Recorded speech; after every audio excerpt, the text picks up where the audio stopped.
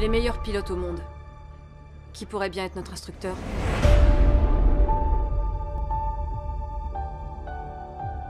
Capitaine de vaisseau, Pete Maverick Mitchell. Je vais être franc, vous n'étiez pas mon premier choix. Vous êtes ici à la demande de l'amiral Kazansky, alias Iceman. Il semble croire que vous pourrez encore servir la Navy. En quoi, je ne sais pas. Sauf votre respect, monsieur, je ne suis pas instructeur. Je voudrais pas que vous vous fassiez trop d'illusions. Mesdames et messieurs, bonsoir, bonjour, bienvenue dans ce nouvel épisode de Ciné Posé. Je suis Alexandre, je serai votre hôte comme d'habitude avec Arnaud. Salut Arnaud. Salut Alex. Aujourd'hui, on va vous parler de Top Gun Maverick, sorti le 25 mai 2022, réalisé par Joseph Kosinski. C'est donc un film américain avec, bien évidemment, Tom Cruise, Jennifer Connelly, Miles Teller, Glenn Powell, Monica Barbaro, John Hamm, caméo de Val Kilmer et de Ed Harris, entre autres. On nous raconte donc l'histoire de... Donc Pete Mitchell, Tom Cruise, qui, bon, on peut l'appeler Tom Cruise plutôt que Voilà. c'est l'histoire de Tom Cruise, On va l'appeler Tom Cruise. Ouais. qui du coup est un pilote qui fait des essais pour des avions expérimentaux, voilà. Et lors d'un, comment dire, avec un cafouillage avec son général, il est donc à deux doigts de se faire renvoyer de l'armée de l'air pour insubordination, mais à la place on l'envoie à l'académie Top Gun pour préparer les meilleurs pilotes, les meilleurs jeunes pilotes pour une mission qui semble impossible. Arnaud, qu'as-tu pensé de ce film Made in Jerry Bruckheimer? Oh, bah, que du bien. J'adore. Alors, Jerry Bruckheimer et Don Simpson quand même. Et Don Simpson, oui, c'est vrai qui est que décédé. ils sont deux quand même. Mais du coup, dans cette volonté de nostalgie, Ouais. je vais le mettre aussi en générique de début, parce que j'ai adoré, parce qu'en plus, ouais. on a le générique Don Simpson, Jerry Bruckheimer, puis Ouais. le film s'ouvre sur un coucher de soleil. Avec, Bah c'est le ton, c'est le enfin j'ai pas ouais, vu, mais ouais. dans l'esprit il y a les musiques bah, du premier Top Gun, on flatte un peu de Kenny l'imagerie, Loggins, Tony Scott et de- tout ça, donc vraiment. Ouais. Bon, c'est pas ce qu'il y a de plus. En tout cas, moi, le film, je l'adorais.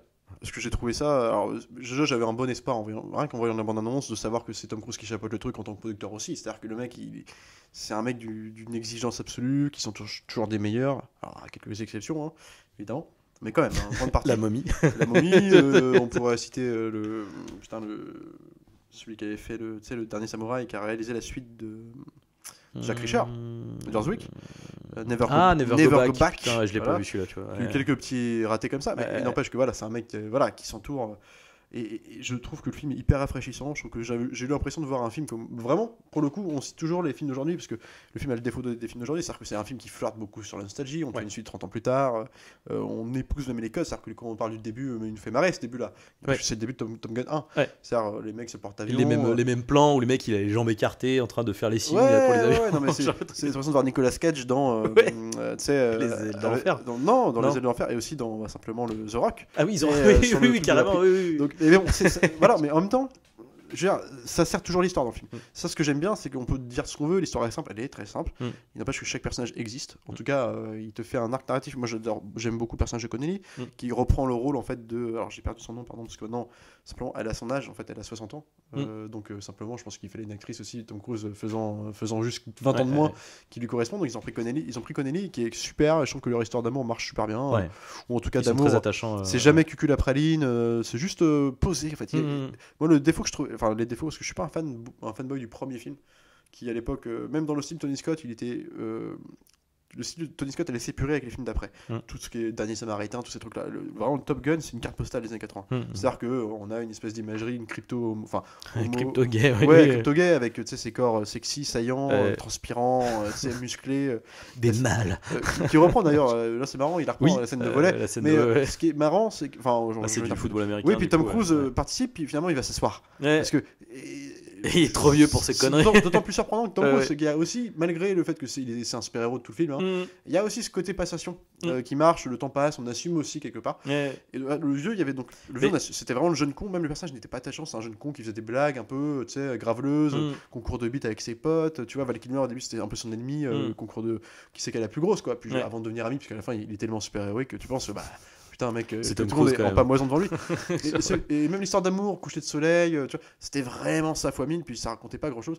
Donc, moi, j'ai jamais été un fan hardcore du premier film, même si c'était un petit plaisir coupable, quoi. Et là, l'histoire, elle marche, elle est simple. mais il y a un but, on comprend tout ce qui se passe. Les personnages sont suffisamment attachants pour avoir un enjeu émotionnel quand il y a des scènes de tension, même que t'attends. Genre moi la scène finale, toute la climax finale, une demi-heure de scène d'action où chacun des personnages que dont tu as appris à t'attacher va avoir un moment où ils vont être mis en condition en position simplement de faiblesse, ou genre, ils peuvent jusqu'à crever quoi. Et du coup tu es là et ça marche, tu es impliqué émotionnellement, tu es soufflé. Moi j'ai été soufflé par la mise en scène est déjà, je trouve, hyper propre. À défaut d'avoir des moments de bravoure ultra impressionnants vraiment en tant que plan, je veux dire, elle est hyper, enfin le mec il suit simplement des règles grammaticales de cinéma quoi. Simplement la narration est hyper fluide. Les scènes d'action, tu sens qu'elles ont été peaufinées avec les reports en plus, donc elles sont hyper propres, hyper lisibles. La spatialisation, tu la comprends, alors que c'est compliqué dans les films d'action, dans les films d'avion, je veux dire, il y en a pas beaucoup. Et voilà, et je trouve que puis moi c'est un des rares films où tu vois, on est sorti de la salle, moi je t'ai quand même dit, j'ai l'impression d'avoir passé 3 heures dans le noir où tu découvres la lumière du jour, t'es sonné. Et là c'est ce que j'ai eu, j'ai eu des hauts le cœur. On voulait le voir en 4DX. Putain, je suis en train de me dire, je sais pas, je vais peut-être me chier dessus, je vais pas le voir en 4DX parce que honnêtement, sur 2h10 de film, puis c'est salvateur, c'est que le film dure 2 heures quoi. Non mais c'est con, mais tu vois. Mais en fait, ce qui est génial, c'est qu'il y a vraiment ce truc on retourne quelque part à l'essence du bon blockbuster à l'ancienne quoi. Ça. Mais tout en ayant la modernité actuelle en fait. Enfin, tu vois, c'est pas non plus un comment dire. Il y a du fan service, il y en a même pas mal d'ailleurs. Fan service parfois, mais sans être sans avoir un discours non plus passéiste quoi. Et du coup, on a vraiment ce truc de, comme tu dis, de passation. Et finalement, c'est vraiment une passation de l'ancienne à la nouvelle génération. Et en fait, tout en ayant la grammaire justement de ces bons blockbusters, de ces on peut aussi faire du nouveau blockbuster en fait, et de faire quelque chose de qualité. Le montage, la qualité du montage, c'est hyper fluide quoi. L'équilibre, c'est vraiment et justement la force du film via le montage, la mise en scène, etc. C'est que effectivement il y a la plus-value Tom Cruise de quand tu vois les séquences et tu fais ah la vache, mais en fait et c'est vrai que tu as cette question de mais il a fait quoi exactement là, parce que c'est ouf. Mais il n'empêche que ce serait pas Tom Cruise qui pilote l'avion, ce serait du fond vert derrière. Le truc, c'est que quand bien même ça serait ça, en fait, le plan, l'enchaînement de séquences fonctionne en fait. Ça fonctionne très bien. Puis avec cette impression, parce que donc c'est juste une plus-value, le fait que ça a été fait en vrai, que là du coup c'est ultra palpable de ouf. T'as l'impression que tout est vrai. En fait. C'est ça. Parce que même les incursions en effets spéciaux, en trucs ou avec les seconds rôles, tout ça, je trouve que comment dire, à chaque fois, s'il y a un fond vert derrière, ça va être toujours dans un ciel vide. Donc en fait, tu ressens rarement la différence. C'est toujours, puis le montage est suffisamment bien pensé pour te faire oublier des fois des plans. Enfin, tout passe bien. En fait, c'est fluide. T'es dans le film. Moi, ça fait longtemps que je me suis pas fait. Enfin, j'étais dans le film quoi. Genre, je me suis dit putain, meurs pas quoi. Même si tu te doutes qu'il y a pas moyen parce que ça reprend des. C'est un Cavenas classique. Mais il réussit quand même à être rattaché à ces codes, tu vois, d'enjeux, de tension. Et putain, et c'est ça que j'ai aimé en fait, parce que le film fonctionne correctement quand tu le regardes tel quel. On peut comparer aussi le fait qu'il y a plein de merde à côté, hein. Mais il n'empêche que tel quel, le film n'est pas impressionnant sa narration. Enfin, c'est juste classique en fait. Mais c'est juste hyper bien fait. C'est juste hyper bien fait. Et c'est pas seulement une comparaison, parce qu'on pourrait dire oui, mais en fait, parce que c'est tellement tout nivelé par le bas aujourd'hui que quand t'as un truc juste simplement normal. Non, mais même comparé au bon blockbuster d'avant, en fait, un film comme ça dans les années 90, je trouve qu'il tient très largement la route. Moi, je le trouve bien plus réussi que nombre de films d'action qu'on a vu. Je préfère ça. On parle de production de Bruckheimer. Je préfère ça à des trucs comme Les Ailes de l'Enfer, même si c'est pas comparable, même si j'adore Les Ailes de l'Enfer. C'est quand même un meilleur film. Carrément. Va trouver un film d'action aujourd'hui, on va dire que pur et dur, c'est un meilleur film que Les Ailes de l'Enfer. Les Ailes de l'Enfer, c'est pas un grand film pour moi. Mais il n'empêche que c'était des vrais films d'action bourrés. Puis il y a une. En fait, ce que j'aime bien aussi là, c'est qu'il y a quelque part une sorte il y a une tenue qui rend je sais pas comment dire, ça rend le blockbuster d'action presque noble en fait avec ce film, je trouve. Exactement. Il y a presque cette d'ailleurs c'est pas anodin, il y a Christopher McQuarrie aussi qui est à la production, scénario, etc. Puis voilà, il y a un peu cette même idée que dans les Missions Impossibles, tu vois, où je trouve qu'ils essayent de faire ça aussi, de rendre le film d'action vraiment noble, vraiment de grand cinéma quoi. C'est des films d'artisans hyper bien faits, hyper exigeants, hyper généreux. Et c'est juste c'est du vrai cinoche quoi.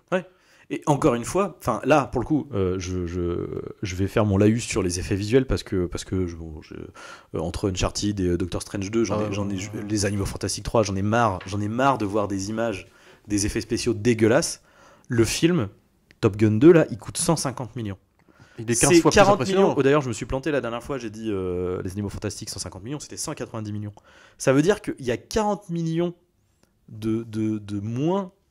Alors qu'on a, encore une fois, c'est pas le casting. Parce que là, des fois, tu dis, ouais, mais bon, le casting, c'est pas ce qui coûte cher. Enfin, là, on a Tom Cruise, Jennifer Connelly, on a des caméos de John. Enfin, non, John Hamm, c'est un second rôle d'ailleurs. T'as un caméo de Ed Harris. Enfin, rien que ces 4-là, déjà, je pense que le cachet, il doit être sacrément salé, quoi. Et d'avoir justement ce truc de putain, mais en fait, c'est pas compliqué d'aller filmer dehors sur des décors réels, c'est possible. Et pourtant, il y a aussi du studio. Hein. Il y en a, hein, Le café. Des intérieurs, c'est pas, c'est du studio. Hein. Derrière, c'est du fond vert et tout. Putain, mais c'est propre. C'est pas compliqué. On peut le faire en fait. Faites-le. Non, mais j'en ai marre. Faites-le. Quoi. Quand tu vois la réception du public aujourd'hui, enfin, moi je vois il y a des trucs genre 4,5 sur 5 en moyenne sur des milliers de notes sur des trucs comme Allociné. Tu dis mais c'est Top Gun quoi les mecs. Parce que le premier, finalement, pas beaucoup de gens en parlent aujourd'hui. Enfin, genre c'est pas comme si c'était un culte au possible. Bah, c'est-à-dire que à l'époque, il y a ce côté nostalgie. Effectivement, on a de l'Ed Cruise des années 80. Mais ça n'a jamais été conseillé. Je suis pas sûr. Enfin, moi j'ai pas été vérifié. Je suis pas sûr que le Top Gun 1 aujourd'hui ait des notes dithyrambiques comme ça sur le. Non, mais c'est juste qu'il a une il a une aura. Voilà, c'est un espèce de bonbon des années 80. Ouais. Après, sans être un grand film. Ça n'a jamais été un grand film d'ailleurs. Mais c'est un bonbon. Ça marque les années 80. Au fer rouge en fait, si tu veux. Là, le Top Gun 2, mec, ça a réconcilié tout le monde quoi. Enfin, moi, c'est hallucinant quoi. Moi, que ce soit, moi je te dis, rien que dans ma belle famille. Enfin, les grands-parents, les parents, les enfants étaient tous au diapason quoi. Et j'ai l'impression que tout le monde est. Et je en fait, je pense pas que ce soit simplement dû au fait que ce soit Tom Cruise qui pilote un vrai avion, ça y joue, hein, et que ce soit tout en dur. Je pense que c'est un vrai film qui a des codes narratifs. Enfin, c'est juste à l'ancienne, mais les plus simples et les plus épurés du monde. Mais putain, c'est la vraie recette qui marche toujours quoi. Genre t'as un enjeu, en plus t'as un climax, on te prépare au climax parce la qu'on fait montée dramatique qui genre, mais même tu vois, en plus il casse un peu quelques cotes. Genre, la relation amoureuse entre guillemets, alors qu'il n'en est pas vraiment une parce que la relation qu'il a avec Jennifer Connelly, si tu veux, c'est une. Elle finit quand même par en être une. Elle finit par en être une si tu veux, mais c'est un mec enfin qu'on comprend, son choix c'était de vivre un peu reclus, de faire ce qu'il veut, donc se couper des relations, se couper d'une famille, tout ça, on imagine, voilà, enfin voilà.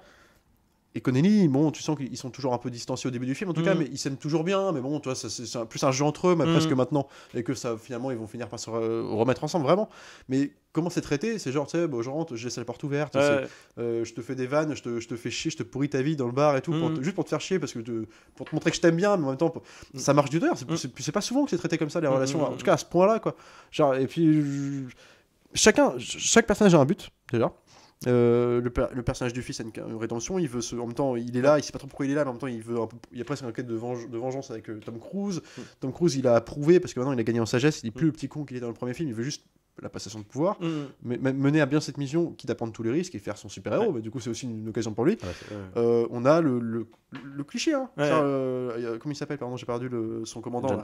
John Hamm, qui le mec qui est un peu roublard, qui est très dans la tradition, dans les normes papier, les règles c'est ça, tu vois. Le militaire parfait quoi, avec un mec qui en fait casse sa tête, puis finalement ils vont être en contradiction, puis finalement ils vont se comprendre. On a besoin de lui quoi. Donc c'est cliché, mais ça, en fait tout est tellement bien écrit comme il faut que ça marche du tonnerre quoi. Après c'est ça, c'est le truc, c'est qu'effectivement on va pas se mentir non plus, c'est pas le scénario le plus original que vous aurez jamais vu de votre vie. Il est simple, il est extrêmement cousu de fil blanc en réalité, on sait tout. Il y a même d'ailleurs le seul hic qu'il y a, je trouve, dans la dramaturgie, dans l'intensité, l'émotion, etc. C'est à la fin justement le moment où oh là là on n'a plus de balles, on arrive à la fin, il y a un dernier avion, on va mourir, tu fais bon, en fait, on s'est grillé juste depuis 20 minutes que l'autre va arriver parce qu'il est cloué au sol sur le truc, il est dans le truc tout le temps en train d'attendre en mode genre bon bah là j'y vais, là je peux y aller, puis au bout d'un moment pendant 15 minutes on n'entend plus parler de lui, puis après oh j'arrive, bah c'est Star Wars, c'est très hollywoodien, j'allais dire même Independence Day, tu vois, le truc de Independence Day. Voilà, oui, c'est sûr. Il y a en vrai, on va pas se mentir non plus, hein, ça c'est je pense un reproche. C'est un reproche qu'on pourrait faire, c'est qu'effectivement, cette dernière séquence, c'est les tranchées de l'Étoile Noire. Et d'ailleurs, l'arrivée de l'avion à la fin, c'est Han Solo qui, plus ou moins, tu vois, qui défonce les vaisseaux qui sont derrière Luke au dernier moment, machin. Mais la manière dont c'est fait, en fait, c'est là où en fait va être l'originalité du en termes de mise en scène, excuse-moi, et moi, voilà, c'est bien plus impressionnant. Voilà, non, mais et quand même, on parle d'époque ou d'une autre époque, je trouve que même en termes de c'est juste en termes d'immersion, ça n'a rien à voir, quoi. Puis tu sais, après, c'est aussi que je pense pas qu'ils ont, oui, enfin sûrement qu'ils sont inspirés, mais je veux dire, c'est-à-dire le côté, la tranchée, le machin, viser le petit truc. Bien sûr, complètement, mais je veux dire, bon, après c'est aussi une façon, dans un truc comme Top Gun, si tu veux, où le premier, à la fin, se terminait sur une sorte de bataille spatiale, d'avion, enfin simplement. Voilà, c'est une façon de changer un peu le mode opératoire. Qu'est-ce que tu peux faire d'autre avec des avions Non, mais en vrai, en plus, c'est pas un problème dans le sens où, comment dire, c'est pas comme, je veux dire, c'est pas Star Wars 7, tu vois, qui reprend l'intégralité de la narration de trucs. C'est que là, c'est juste que comment on appelle ça, l'objectif du film, c'est cette mission-là.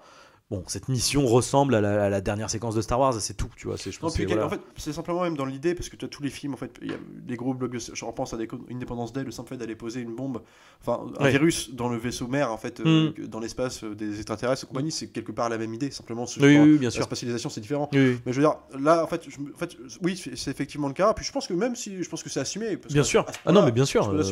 Puis je me dis, il n'y a pas eu beaucoup de films d'avion, des trucs comme ça. Je pense que mais d'ailleurs, plutôt bienvenu en fait, en réalité. Complètement. Puis comme en plus c'est filmé différemment, les enjeux sont pas les mêmes. Parce que je trouve que ça marche bien. Moi justement, j'aime bien aussi l'idée de. On assume nos. Putain, on a des références tous, on va faire. Puis on va les faire bien fait, quoi. Puis simplement, c'est pas un repompage parce qu'en plus, justement, t'as des trucs où il y a même une scène où on termine sur le sol. Oui. Tu te dis, putain, c'est pas Top Gun là. Qu'est-ce qui se passe? Merde, c'est Ethan Hunt là. T'as aussi cette fait de surprise de trucs et tout. Je sais pas, moi j'ai trouvé ça. Puis surtout, j'ai pas vu le temps passer, quoi. Enfin, j'étais pris dans mon truc. J'ai eu l'impression d'avoir enfin, du coup, le billet a été remboursé. Carrément. C'est voilà. Et puis moi j'attends impatiemment de le revoir sur une bonne télé avec un bon son. Tu vois, genre. Parlons aussi du caméo de Val Kilmer. Ouais. Alors. Moi j'ai entendu, je sais pas, c'est ma version, que c'est Tom Cruise qui a insisté pour qu'il soit dans le film. Ouais. J'entends aussi que c'est lui qui a insisté lui-même pour faire une apparition. Il y a d'autres versions, c'est les producteurs. Mais moi, je pense que c'est Tom Cruise qui a insisté. De toute façon, que ce soit les producteurs ou Tom Cruise, c'est plus ou moins la même chose, parce que je pense que les producteurs font ce que Tom Cruise veut. Maintenant, j'ai réfléchi. En plus, Tom Cruise fait partie des producteurs, en tout cas. C'est ça. En tout cas, voilà. Donc c'est Tom Cruise et le mec ça pourrait être un truc factice, un peu malsain et compagnie. Ça l'est quelque part parce que t'as du mal à le voir comme ça. Et en même temps, c'est super beau. Voilà, c'est ça ce que j'ai. C'est genre super beau. Qu'est-ce qui se passe? Parce qu'on contextualise. En fait, t'as Val Kilmer qui est devenu un espèce de général des armées en retraite, quoi, qui va, en gros, c'est lui qui a poussé le corps de Top Gun à reprendre Tom Cruise et tout ça contre son gré parce qu'il estime que c'est le meilleur. Et puis la façon dont il se retrouve, c'est qu'en fait lui demande conseil simplement. Puis là tu dis t'es le meilleur. Tu doutes, mais en gros c'est ce qu'il lui dit. Rapidement t'es le meilleur. Et puis avec le sourire de complicité, ça marche du tonnerre. Puis lui qui a son cancer de la gorge, dans le film on dit pas que c'est un cancer de la gorge, mais en tout cas qu'il peut plus trop parler. Alors on sert de l'ordinateur comme un truc un peu visuel. C'est vrai que c'est. Et ce qui est très fort, c'est justement de ce truc de l'ordinateur, mais de quand même à la fin, c'est ça qui est beau aussi, où il va du coup quand même lui parler. Alors ça va être très simple dans le dialogue parce que le pauvre Val Kilmer, je pense que ça doit être, il a dû en chier rien que pour sortir ses lignes de dialogue, quoi. Mais c'est ça rend le truc très beau. Puis forcément il y a le parallèle aussi de ces deux acteurs en fait c'est assez rigolo parce que les deux ont eu des carrières complètement différentes. Alors oui et non, enfin oui, mais ils ont tous les deux aussi eu des traversées du désert, tu vois. Et ce qui est con par contre pour Val Kilmer, c'est que lui, c'est la maladie qui a fait qu'il a pas pu il a eu une traversée du désert, il a failli revenir, tu vois, avec Kiss Bang Bang, avec d'autres films. C'était un peu perdu aussi, et puis fin 90. Voilà, c'est ça. Mais comme Tom Cruise a eu une période un peu avide, où Tom Cruise était devenu ringard quand même pendant un certain temps quand même. C'est lui qui a dû rétablir son image très rapidement. Ouais. Bref, et du coup, ce qui est terrible, c'est que par contre, Val Kilmer, lui, il a été fauché, fauché, il est pas encore, mais par la maladie, quoi. Et du coup, t'as ce truc un peu, tu vois, de ces deux acteurs qui se rencontrent et qui, tu sais, avec ce truc de, c'est le meilleur, c'est toi, on va pas s'énerver, donc on va pas dire qui est le meilleur pilote, qui est le meilleur machin, tu vois. Mais, on reste un peu dans le concours de but pour rigoler, mais bien sûr, mais le parallèle fonctionne, quoi. Puis bon, t'as des gueules aussi, puis c'est en plus un film de gueule, quoi. Même si on ne voit pas beaucoup, t'as Ed Harris, t'as Val Kilmer qui revient, t'as le John Hamm, enfin, je veux dire, on te reprend en fait toute une imagerie des années, alors pour le coup 90, parce que et putain, et comme on dit, le cinéma c'était mieux avant, en tout cas dans le cinéma populaire, putain, ça en est la preuve parfaite, quoi. C'est-à-dire que là, en prenant des codes comme ça, putain. Alors, oui, et en même temps, c'était mieux avant. Enfin, encore une fois, je trouve que oui, il y a les codes à l'ancienne, etc. Mais il y a quand même ce qu'il faut de modernité pour que, en fait, c'est pas c'était mieux avant, en fait. C'est possible de faire des choses bien, en fait, tout simplement, aujourd'hui. Ouais, en rejoignant les cartes d'avant, on peut en faire avec une mise en scène d'aujourd'hui, avec voilà, un truc complètement. Parce que les scènes d'avion, elles sont incroyables, quoi. Oui. Putain, moi, la meilleure scène du film pour moi, c'est quand Tom Cruise, pour prouver que c'est possible, à ses supérieurs. Il a échafaudé un plan pour aller justement à la façon très étoile noire, Mm. tu sais, de poser une bombe dans un endroit, passer par des tranchées et tout ça.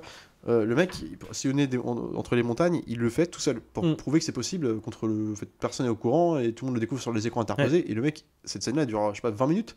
Enfin, elle dure. Bah non, 3 minutes du coup. 3 c'est le minutes, temps pardon, de- n'importe c'est quoi. le temps du truc, Mais par contre, l'enjeu, il est énorme parce que Oui. il a imposé un temps à ses élèves. Puis il s'est fait virer. Il s'est fait virer et lui, il donne un temps encore plus bas. plus bas. Genre, vous allez voir, c'est possible de le Alors, faire. il va réussir, en doute qu'il va réussir, c'est Tom Cruise, tu vois, à ce moment-là du film, c'est ce qui va lancer la mission. Ah, mais la manière dont Mais c'est la mis. manière dont c'est fait, a été. Enfin, puis- C'est dans le rythme, c'est le même genre de séquence que. Enfin, tu sais, je pense souvent à un Retour vers le futur, la fin du premier, où tu l'as vu 15 fois le film, tu l'as vu des centaines de fois. Ouais. Tu sais qu'il va y avoir. Mais en même temps, dans le rythme, dans le machin, Ouais, t'as toujours la tension. Le montage fait que ça marche Voilà. à chaque fois toujours, quoi.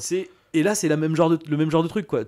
Quand bien même je n'ai pas vu le film, tu vois, on l'a découvert à Ouais. cette séance, je sais qu'il va y arriver, mais t'es quand même en mode là, ah putain, et t'as tous les autres qui regardent le truc en mode genre, ouais putain, c'est chaud, mais genre, mais il va pas y arriver, il va pas y arriver. Pareil, dans la gestion du tempo, de la tension, justement, on s'était dit au cinéma, ça c'est que juste avant d'arriver, le cadenas classique de tous les scénarios qui t'amènent à un climax où on sait qu'on va mettre en danger nos personnages. Donc là, on a une demi-heure de scène finale, justement de l'élaboration, la mise en place du plan, en fait, simplement, voilà.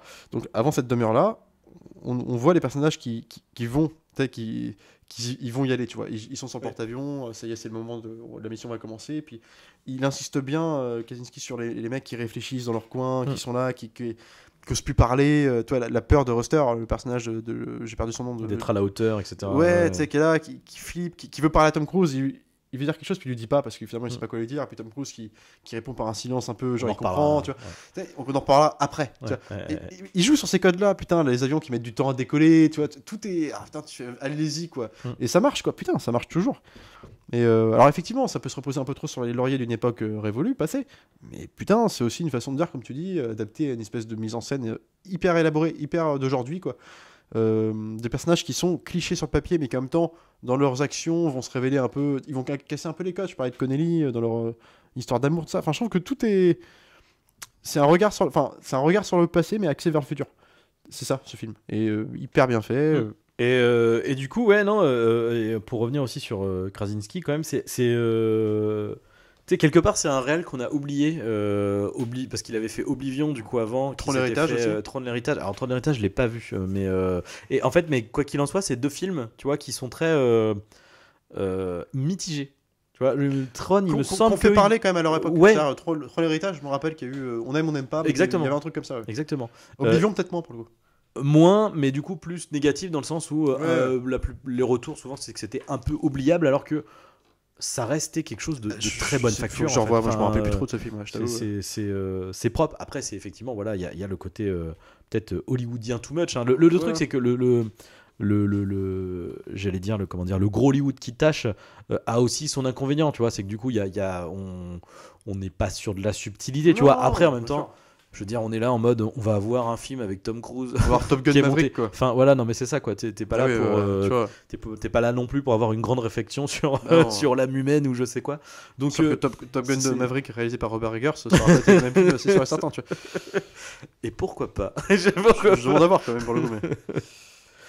Enfin voilà, on vous le conseille. Hein, je pense qu'il faut aller le voir. Tout le monde l'a vu, tout le monde va le voir. J'espère.